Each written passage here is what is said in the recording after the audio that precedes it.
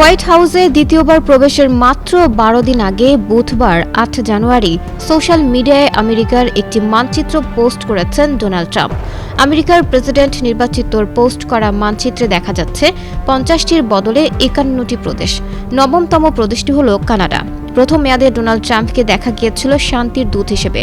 নিজস্ব কায়দায় তিনি চেষ্টা করেছিলেন ইসরায়েল, প্যালেস্তাইন, উত্তর কোরিয়া, দক্ষিণ কোরিয়ার দ্বন্দ্ব মেটাতে। তবে দ্বিতীয় মেয়াদে অনেকটা চীনা প্রেসিডেন্ট শি জিনপিংয়ের মতো সম্প্রসারণবাদী ভূমিকায় দেখা যেতে পারে ট্রাম্পকে। নিউ ইয়র্কের মার্কস হোম কেয়ার এখন মিশিগানে।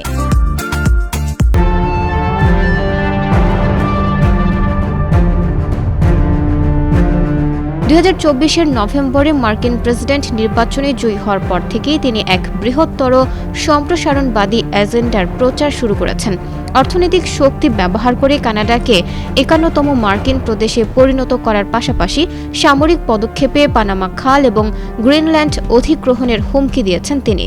সেই সঙ্গে তিনি বলেছেন নাম বদলে দেবেন গালফ অফ মেক্সিকো বা মেক্সিকো উপসাগরের।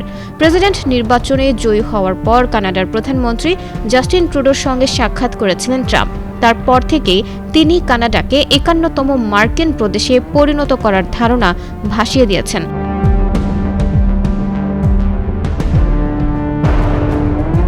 একের পর এক সোশ্যাল মিডিয়া পোস্টে কানাডার প্রধানমন্ত্রীকে তিনি গভর্নর ট্রুডো বলে উল্লেখ করেছেন। মঙ্গলবার ট্রাম্প জানিয়েছেন কানাডাকে মার্কিন প্রদেশে পরিণত করার জন্য তিনি সামরিক পদক্ষেপ করবেন না, বদলে অর্থনৈতিক দিক থেকে চাপ দেবেন।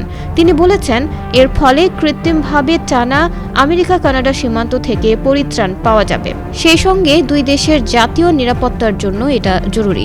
কানাডার পণ্য এবং তাদের সামরিক সহায়তার জন্য আমেরিকা যে অর্থ ব্যয় করে তারও নিন্দা করেছেন ট্রাম্প। তার মতে এতে ওয়াশিংটনের কোনো লাভ নেই।